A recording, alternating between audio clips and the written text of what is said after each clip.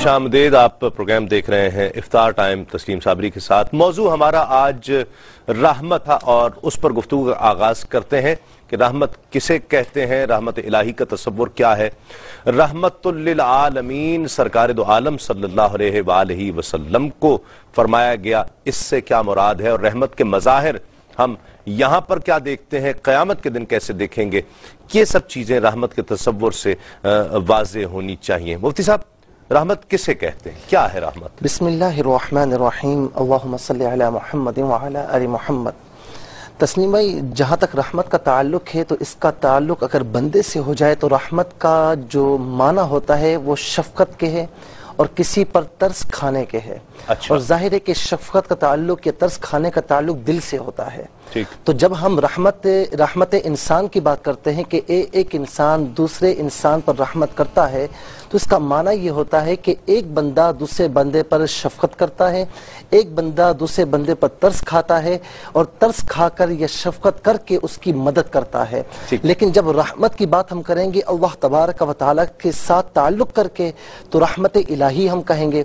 اور رحمت الہی کا معنی یہ ہوگا کہ اللہ تبارک و تعالیٰ اپنے گناہگار بندے کو معاف کر دے اور اسے اجر و ثواب عطا فرمائے. یعنی ایک بندہ ہے, وہ گناہگار ہے, بدکار ہے, اب اس کے اعمال صحیح نہیں ہیں, لیکن اللہ تبارک و تعالی اس کی توبہ کی وجہ سے یا پھر کسی کی دعا کی وجہ سے یا وہ اللہ رب العالمین سے دعا کر رہا ہے تو اللہ تبارک و تعالی اس کے گناہوں کو معاف فرما کر اسے اپنی رحمت کے ساتھ مختص فرما کر اسے اجر و ثواب عطا فرماتا ہے. اور اللہ تبارک و تعالی دنیا میں بھی اس کو اجر و ثواب عطا فرماتا ہے اور اخروی زندگی میں بھی اس کو اجر و ثواب عطا فرماتا ہے کہ واللہ یختص برحمتہ من یشاء, کہ اللہ تبارک و تعالی اپنی رحمت کے ذریعے جسے چاہے خاص فرما لے, چاہے گناہگار کو خاص فرما لے, چاہے نیکوکار کو خاص فرما لے. ٹھیک, شفقت کر کے بھی اور ترس کھا کر بھی, تو یہ گناہگار کے لیے ہے یا نیکوکار کے لیے بھی ہے؟ بسم اللہ الرحمن الرحیم. لیکن شفقت عام طور پہ جو لفظ ہم استعمال کرتے ہیں وہ اپنے اولاد پہ, اپنے پیاروں پہ جو ایک جذبہ انسان کے دل میں آتا ہے اس کے لیے شفقت کا لفظ استعمال کرتے ہیں.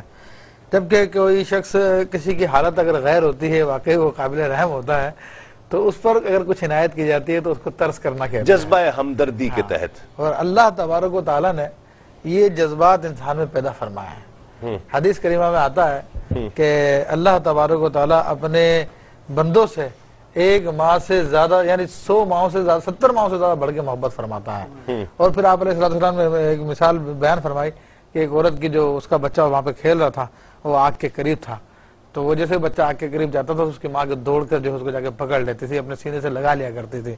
تو آپ نے فرمایا کوئی ماں چاہے گی کہ اپنے بچے کو آگ میں ڈالے؟ تو صحابہ نے عرض کی نہیں یا رسول اللہ صلی اللہ علیہ وسلم, کوئی ماں بھی ایسا نہیں چاہے گی. تو آپ نے فرمایا کہ اللہ تبارک و تعالیٰ 70 ماہ سے زیادہ بڑھ کے اپنے بندوں سے پیار کرتا ہے. یہ جو بندے ہوتے ہیں خود جو جا کے اس میں گرتے ہیں, بندہ اس کو سمجھ نہیں پاتا. رحیم کی جو صفت, رحمت کی جو صفت ہے, یہ اللہ رب العزت اور اللہ رب العزت نے اپنے محبوب کو بھی عطا فرمائی. اس سے کیا مراد ہے؟ یعنی یہ چند ایک وہ صفات ہیں کہ جو اللہ رب العزت بھی اس کا حامل ہے اور اس نے اپنے محبوب کو بھی عطا فرمائی ہے. دیکھیں, اس نے نہ صرف اپنے محبوب علیہ السلام کو عطا فرمائی بلکہ اپنے بندوں کے اندر بھی یہ جذبہ رکھا ہے. ہم دیکھتے ہیں کہ والدین اگر بچے سے محبت کرتے ہیں یا ماں اپنے بچے کے لیے سکھ چین برباد کرتی ہے, رب ارحمہما کما ربیانی صغیرہ رب فرمایا والدین کو, تو یہ اللہ تبارک و تعالی نے جو 100 رحمتوں میں سے ایک رحمت دنیا میں نازل فرمائی ہے, اس ایک رحمت کی وجہ سے ماں اپنے بچے سے اتنی محبت کرتی ہے کہ اس کے آرام کی خاطر اپنا چین, سکھ, اطمینان سب برباد کرتی ہے, نیند برباد کرتی ہے. اب سید عالم صلی اللہ علیہ وسلم کو جو رحمت بنا کر بھیجا, وما ارسلناک الا رحمتا للعالمین, کہ محبوب ہم نے آپ کو اس جہاں میں نہیں بھیجا مگر رحمت ہی رحمت بنا کر بھیجا. تو اب رحمت للعالمین یعنی سید عالم صلی اللہ علیہ وسلم تمام جہاں کے لیے رحمت بنا کر بھیجے گئے. تو اس کا معنی یہ ہوگا کہ اللہ تبارک و تعالی ان کے صدقے اپنے بندوں پر کرم فرمائے گا. یعنی حضور علیہ السلام کی رحمت یہ ہوگی کہ حضور علیہ الصلوۃ والسلام اپنی امت کے لیے اس لیے رحمت کہ آپ کی امت میں کافر بھی آتے ہیں مسلمان بھی آتے ہیں، یعنی امت دعوت اور امت اجابت. جو کافر ہیں تو اللہ تبارک و تعالی نے اپنے پیارے محبوب کے صدقے ان پر یہ رحمت فرمائی کہ دنیا میں ان پر اجتماعی عذاب نہیں آئے گا، اور اپنے بندوں ماننے والوں پر یہ رحمت فرمائی کہ اللہ تبارک و تعالی ان کے صدقے دنیا میں بھی انہیں امن و سکون عطا فرمائے گا اور اخروی زندگی میں بھی انہیں رحمت عطا کی جائے گی. صحیح. رحمت وہ رحمان تو ہے، رحیم تو ہے، ساتھ سمد بھی تو وہ ہے، بے نیاز ہے. وہ چاہے تو رحمت کرے چاہے تو نہ کرے. بے وجہ رحمت بھی ہوتی ہے، گنہگار پر بھی ہوتی ہے یا نیکوکار پر ہی ہوتی ہے. ایک کالر پہلے میں اگر شامل کر لوں، اس کے بعد تفصیل سے آپ کا جواب چاہوں گا. السلام علیکم. السلام علیکم تسنیم بھائی. وعلیکم السلام. کون اور کہاں سے؟ جی اللہ کا کرم. کہیے کیا کہیے گا؟ پہلا تو آپ مسئلہ کا اچھا اللہ تعالیٰ ہم تمام امت مسلمہ کو اس کا برکت لمحات سے سیراب ہونے کی توفیق عطا فرمائے. آمین. اور دوسرا میں کہنا چاہوں گی کہ اب جیسا کہ آپ کا ٹاپک ہے رحمت، جب اللہ تعالیٰ ہماری تمام خواہشات کو پایا تکمیل تک پہنچاتا ہے، ہر چیز ہماری خواہشات کے مطابق ہوتی ہے، لیکن جب کوئی بات ہمارے پسند کے خلاف ہوتی ہے اور جو چیز ہم کہتے ہیں کہ یہ چیز ایسے نہیں ہونی چاہیے تھی، ہم یہ کہہ دیتے ہیں کہ اللہ تعالیٰ ناشکری کرنا شروع کر دیتے ہیں کہ اللہ تعالیٰ ہم پہ رحمت نہیں کرتا، ہم ایسے کلمات مجھ سے بول جاتے ہیں. تو کیا یہ نہیں ہم سوچ سکتے کہ اس میں ہو سکتا ہے ہماری بھلائی ہو، اس میں بھی اللہ تعالیٰ ہم پہ اپنی رحمت ہی برسا رہا ہو؟ اگر ہم ایسے کلمات مجھ سے نکالتے ہیں تو اسلام ان کے بارے میں کیا کہتا ہے؟ ٹھیک ہے، آپ کو بتاتے ہیں. بہت شکریہ کال کرنے. رحمت ہو جائے، رحمت کی بارش ہو جائے، اور کہ رحمت ہی ہے تو ہم ہیں، لیکن وہ سمد بھی تو ہے. مفتی صاحب رحمت فرمائے نہ فرمائے. لیکن بات یہ ہے کہ اللہ تبارک و تعالیٰ کی رحمت ہمیشہ سبب ہی ہوتی ہے، الحمدللہ سبب کے تحت نہیں بلکہ بلا سبب وہ لوگوں کو نوازتی ہے. اور نبی کریم صلی اللہ تعالی وسلم کے ایک حدیث مبارکہ ہے جو صحیح حدیث ہے، آپ علیہ السلام نے فرمایا کہ کوئی بھی جنت میں اللہ کی رحمت کے بغیر نہیں جائے گا. تو صحابہ کرام نے عرض کی کہ یا رسول اللہ صلی اللہ علیہ وسلم کیا آپ بھی اللہ کی رحمت کے بغیر نہیں جائیں گے؟ فرمایا ہاں میں بھی اللہ کی رحمت کے بغیر نہیں جاؤں گا.